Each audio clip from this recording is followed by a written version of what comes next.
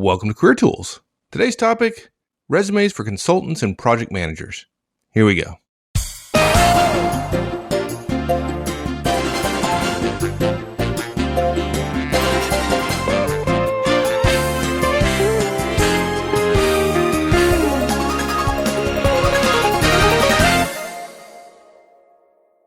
We put out a lot of advice on resumes.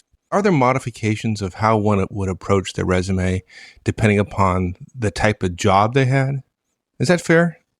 It depends on what you mean by modifications, but there are cases where we feel like specific guidance is necessary because we see too often people doing them poorly. I mean, I'll give you an example. People say to us all the time, well, I'm in graphic arts, so therefore I need to have a really beautiful resume. Right. And in fact, recently we just had a situation where someone followed our advice for a graphic arts job. And the company said what we said, which is, no, your resume should be a reverse chronological history of your work experience. And then in the event you are good enough based on professionalism and skills and abilities and accomplishments and so on, then if they want to look at your graphic artist abilities, they'll ask for your portfolio. And they'll interview you about your portfolio, which we don't have guidance out on yet. But still, I mean, everyone says, oh, well, it would be different if I was a graphic artist. I'd have to look at the color of the paper. No, not so. We should be a little bit more specific about this. Now, this doesn't prove that our stuff works, but it certainly is strong evidence that it does. This particular person followed our advice to the T. Folks, one-page resume, the whole deal. The resume wasn't beautiful, wasn't a graphic artist resume in the sense of it looked pretty. This person interviewed for a job. There was one position opening. There were over 200 applicants for this particular job. And she got it. Yep. Following our advice. And if you ask her, she'll tell you because she followed our advice. So, sorry, that sounded like a plug, didn't it? But well, it's a plug in the sense I want folks, our listeners, we care. We want you to have the best opportunity to get the job of your dreams. And if you want the best opportunity, follow this advice. It works over and over again. Anyways, I'm sorry. Yeah. Okay. So one of the type of jobs are folks that ask us for advice and think that their resume is somehow different is those who serve as consultants or project managers. So let's focus on that today. Yeah. In fact, this is the first in a series we're going to put out over time about how to apply our guidance to particular careers or job titles or times in your career. We've noticed from the resumes we get as part of the resume review service, and frankly, from resumes people hand to us and say, what do you think? That there are areas where it seems more difficult to apply the advice, and we want to give extra guidance for those areas. So in the event, the common mistake that we hear with consultants and project managers is, I need to list it by project, which is just false. It's completely wrong. Or in consultant case, what they do is they list it as if they work for 7 different companies, right? And really, it's sort of a project resume, but they're listing as if they were a project manager at X and then a project manager at Y and then a project manager at Z, when in fact, they all worked for consulting company A. X, Y, and Z were all with consulting company A. So we have 3 simple recommendations, the titles of which are pretty general, but we'll get very specifically into details and just very quickly. But 3 recommendations. First, you've got to think of your job as a consultant or a project manager, and that's the job. You've got to think of your job that way. Okay. And that allows you then to write the right job description, which is the prose paragraph that starts before your accomplishments. Point 2 is you describe your responsibilities at a high level for that job as a consultant or as a project manager. In other words, what are you responsible for as a project manager, or what are you responsible for as a consultant? And then the third point, and the thing that makes it all work, is you create accomplishments from your projects. Your resume is never about projects. It's about the job you have. Even if your job is a project manager, your resume is about your job and how well you did it. I've said this probably 50 times, maybe 100 times on air. I've said it 1,000 times, maybe even 10,000 times to people. What your resume is supposed to be is a list of the jobs you've had and how well you've done them. Okay. And if your job is a project manager or consultant, it doesn't mean you then forget about your job and describe the work that you did and make the resume appear to be about the work that you did. Regardless of what anybody else is telling you, that's wrong, because you don't want to confuse people about where you worked and what you did and how well you did it. But if you rearrange your resume based on projects rather than on your job, even if your job is projects, you're going to confuse people who are going to be looking at it. And what have we said over and over again? Communication is what the listener does. If you're writing something, communication is what the reader does. And recruiters and managers and hiring managers all look at it from the standpoint of the job you were in and how well you did it.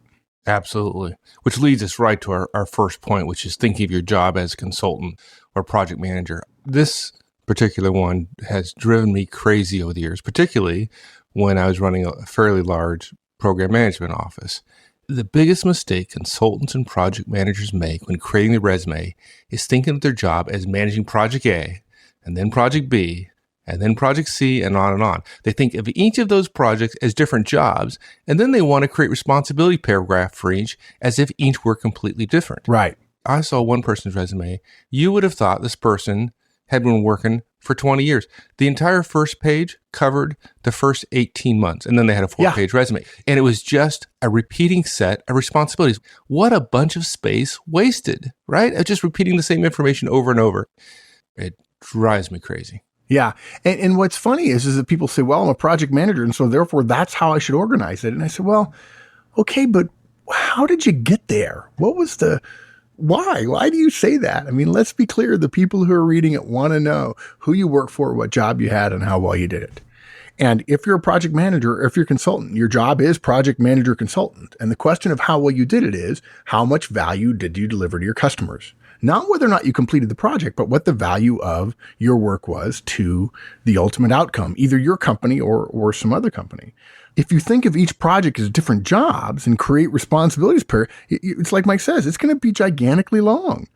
Companies want to see your career based on the job you had and how well you did it within the company you were in, right?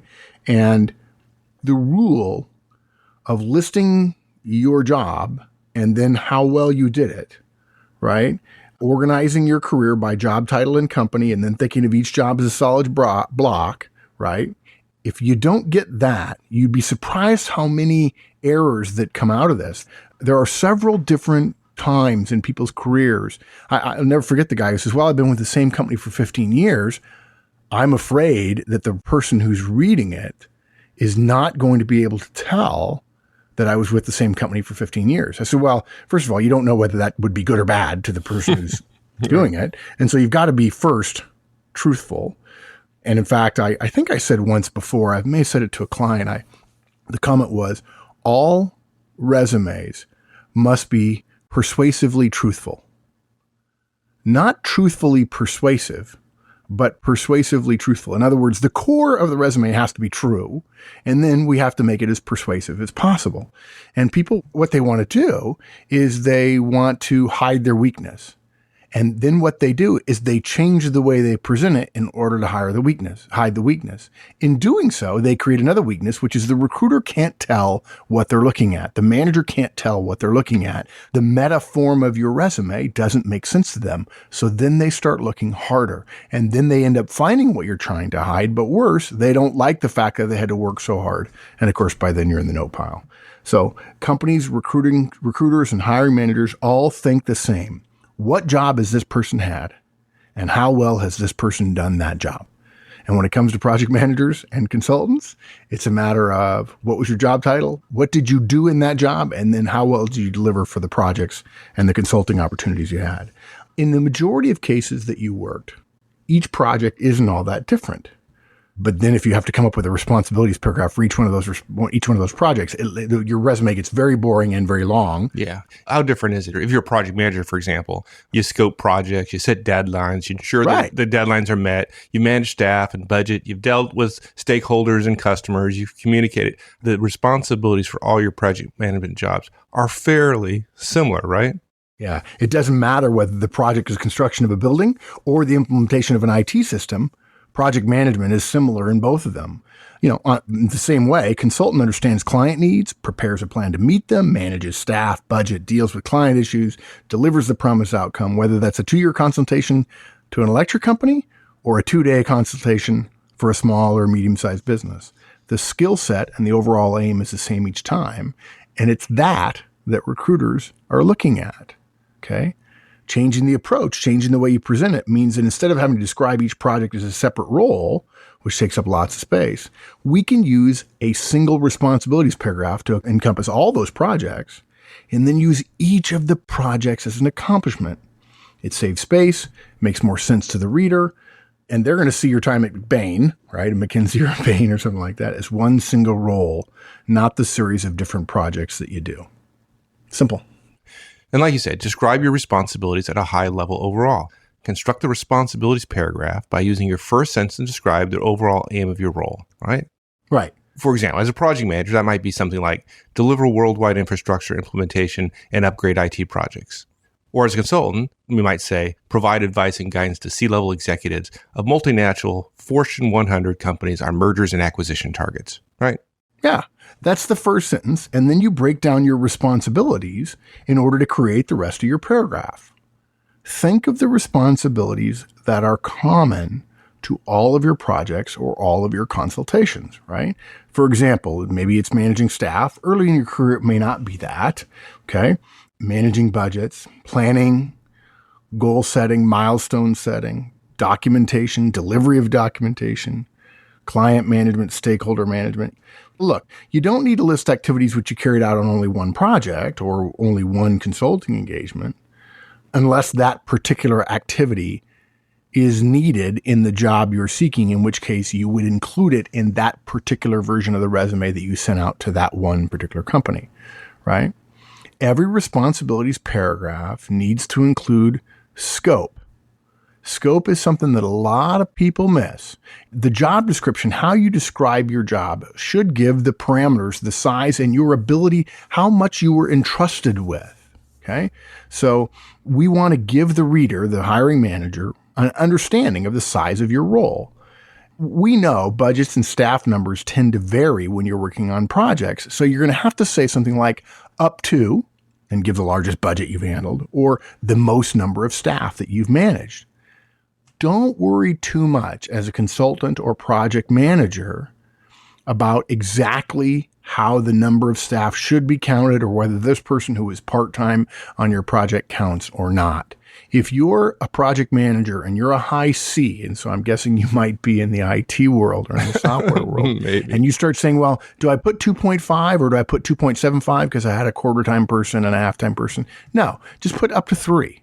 Nobody's going to have a problem with that. Now, look, if you have 2 part-time people for 3 weeks only, on it because you're collating documents on a year-long project, you don't put up to 2 on that one. Okay? Because that would suggest that up to 2 lasted for that whole year, and that would be a little misleading. We're asking you to use common sense about the parameters and the scope and the impression that you will leave on the company. You don't need to worry, though, if you put 2.5. If you had 2.5 people for a year, if you put up to 3, that's not the end of the world, because even though that 0.5 person was half-time, you still were managing 3 people. It's just that one of them was half-time, okay? So the idea is, if you've thought of them as belonging to you, or even better, you did project manager one-on-ones with them, you count them. The point of this is we want to understand some scope of the responsibilities you had. How much budget, how many people, the size of the client, the length of the contract, the dollar amount of the contract. If you were managing $50 million contracts or engagements that were costing $50 million a year to your clients, that's something you should put in as opposed to $1 million, if in fact you believe it makes a difference. If the total spend of a project that you were on, even if it wasn't your spend, in other words, it went to other departments, whatever, if the total spend was $50 million or $100 million, you would list that even if you didn't control $100 million. The idea is, again, give us the parameters, the scope of the work that you were doing overall. Now, if you had 7 projects over the course of a year, and they gradually got bigger, then the last project, the up to number, if you started out in January managing 2 people and you had 5 projects over the course of the year, and at the end of the year you had a 3-month project in the fourth quarter that you managed 22 people on, you would actually put in that job description, in that responsibilities paragraph, up to 20 people. Right? If you had 20 people at the end of the year, you would put up to 20 people, even if at the first one you only had 2 or 3. Right. And when they ask you about the accomplishment that you had in February and March, and they say, well, were there 20 people on that? They're not trying to ding you. They're simply asking how many, because they know that the technique is to put up to, and they know that there's some leeway there. You say, no, on that project where I was delivering this particular implementation of this particular interesting piece of hardware, I had 3 full-time people for about 8.5 weeks. That's not a ding on you. That's not you trying to say I managed 20 people for a year. Hiring managers, recruiters, executives know when they look at a project-based resume, they're still seeing your job. They know there were projects within that job, and they know those various projects had different scope and parameters, and you're going to describe them as broadly as you possibly can. Okay. What they hope to see, and what we'll talk about in a minute, is accomplishments that prove how well you did it. And look, if you had 2 people working on you in January, or working with you in January for $50,000, but in November of that year, you had 20 people and a budget of $1.9 million, that matters. And you would talk about that when you gave an example of an accomplishment that showed that you had $1 million rather than $50,000 or $20,000 or something like that. Right. So for a particular job, you have one responsibilities paragraph, right? Right. And then here's the key is, the projects, and you would say you had 7 projects. From those 7 projects come the accomplishments. That's where the accomplishments go. Yeah. And let me just mention one more thing about the job. Suppose you had 4 jobs as a project manager at company X. Okay. The way it would look is each one of those jobs, I think I said 4, right, in this example. So we've got 4 jobs over the course of, let's say, 3 years. I'm making this up. I don't intend to imply that somebody did well or poorly by 4 jobs in 3 years. I'm just using that as an example. You've had 4 jobs at company X, and you were project manager. Maybe you were project manager 1 and project manager 2. And maybe somebody told you you're not supposed to separate project manager 1 from project manager 2. We don't do that here. That's just an internal accounting thing. These are all just project manager jobs. And we know you're a project manager 3, but don't tell some other company you're a project manager 3 because they won't know what that means.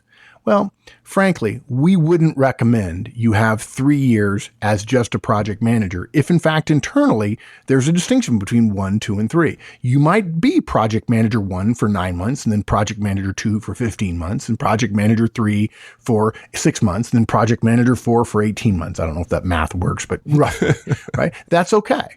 And you would have to describe how 1, 2, 3, and 4 were slightly different. Could you put project manager 1 job over the course of that 3 years? Yes, you could. And you could have as an accomplishment that you were asked to work on, or noted for high performance and asked to work on notably bigger projects. You could do that. And you would still write, whether you wrote 1 job or 4, for each of those 4 jobs or the 1 big job, you would, in the time that job, whether it's project manager 1 for 6 months or 1 project manager job that lasts 3 years, you would still list the biggest project, the largest scope you worked on, with the understanding that there was probably some scaling up to that at some point. Is it possible that you had your biggest responsibility on your first project? Yes. Is it possible you had a project last across 2 jobs? Yes, in which case the completion of that project is listed in the later job, the one that you finished it in.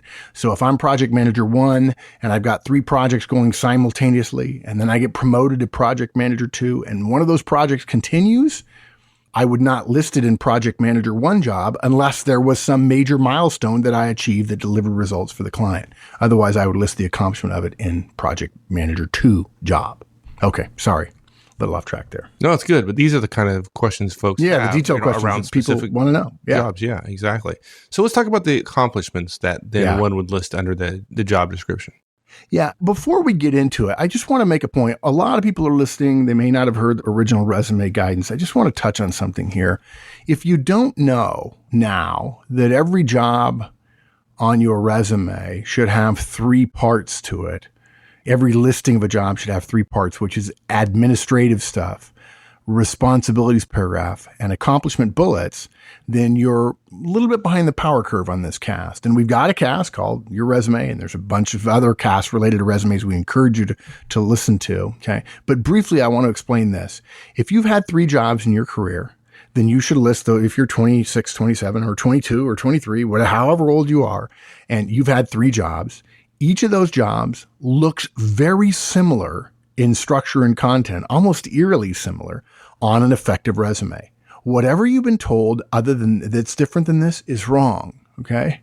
We don't mean to be rude. We wish everybody would see it the way we do, but we've done tens of thousands. Doesn't everybody feel that way? Yeah. Well, look, I had somebody once say, I talked to my mom and she said this. And I said, well, what does your mom do? I said, well, she's a nurse. She was married to my dad for years and she was a nurse and she interviewed a few people. I'm like, oh, I'm sorry.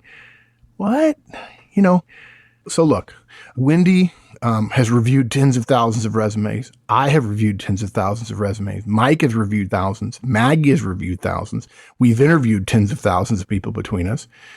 And we know what companies and hiring managers want. What they want is a reverse chronological description of the jobs you've had.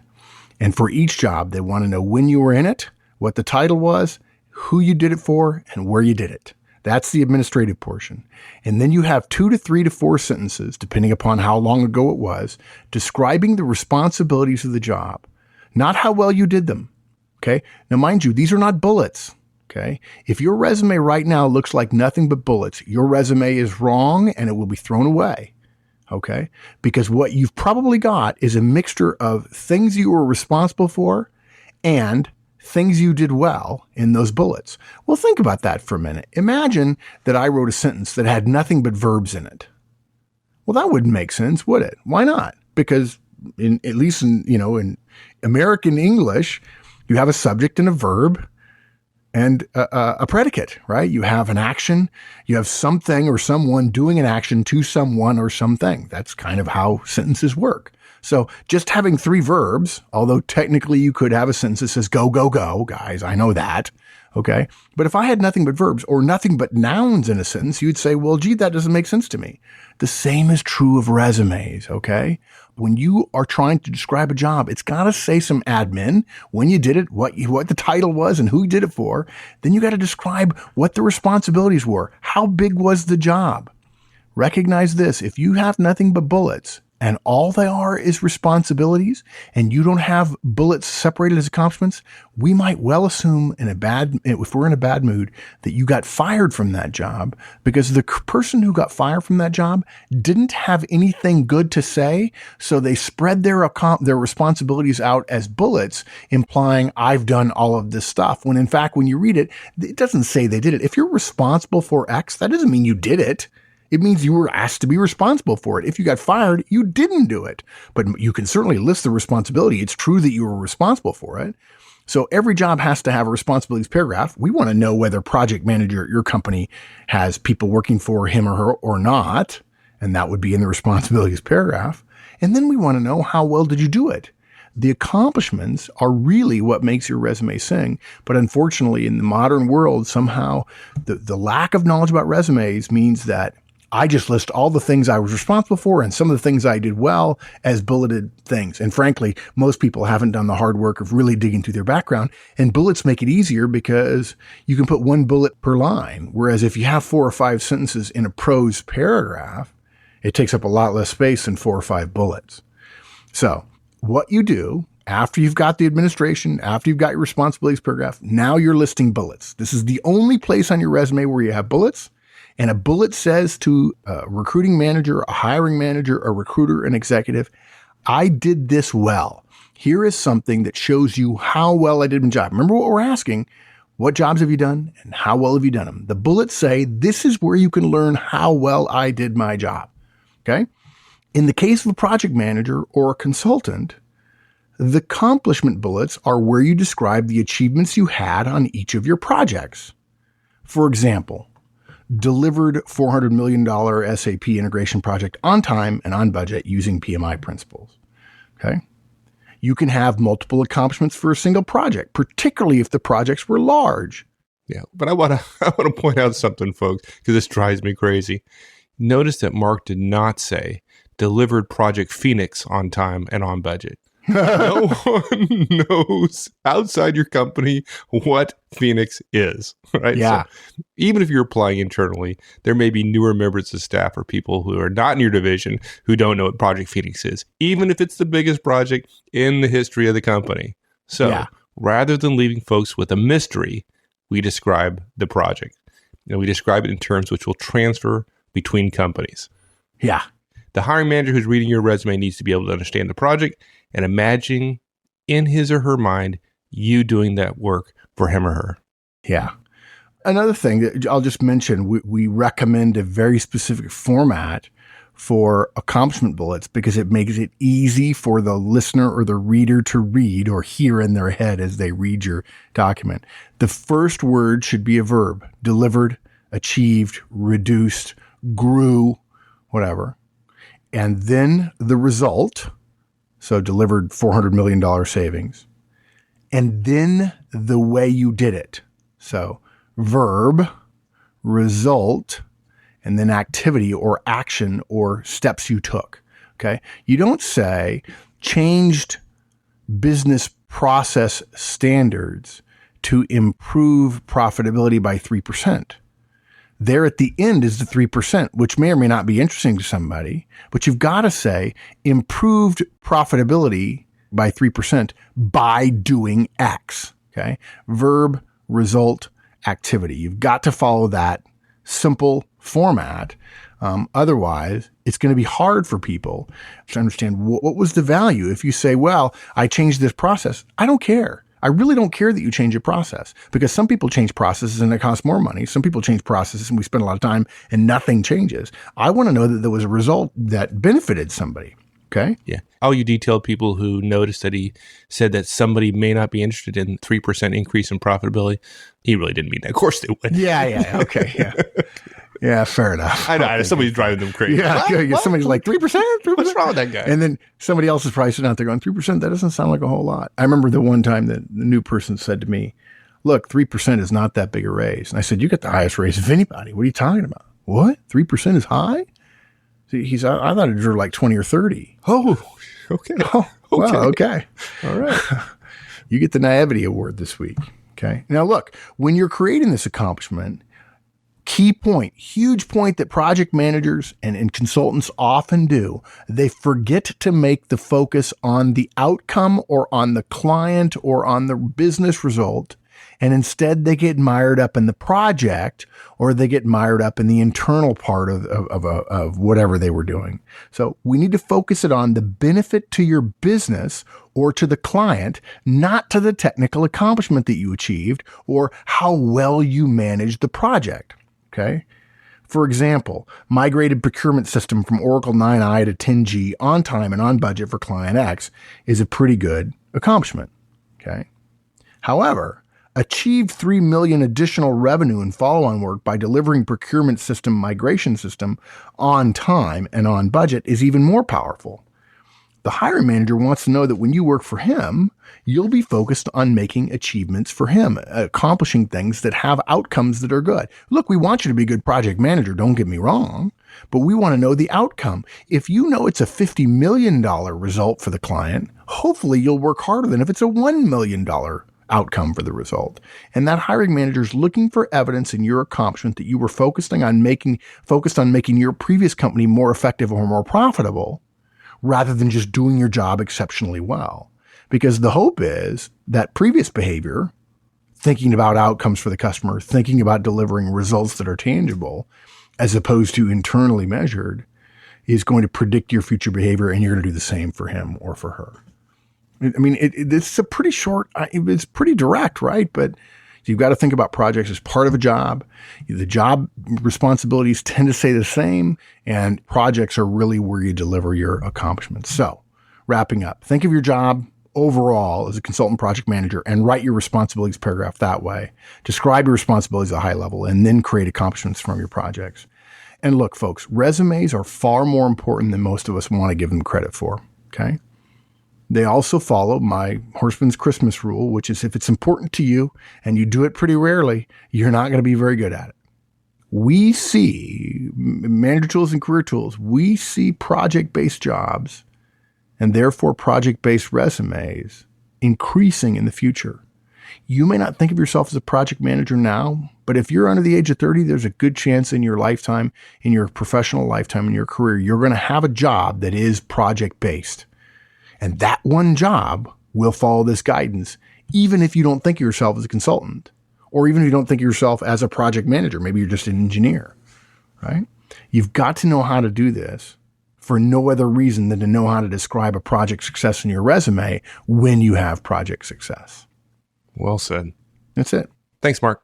You bet, buddy. All right, man. We'll see you next week. Thanks, everyone. That's it. A short one, but man, if you're a project manager or a consultant, you certainly need this. Hope it helps. We'll see you all next week.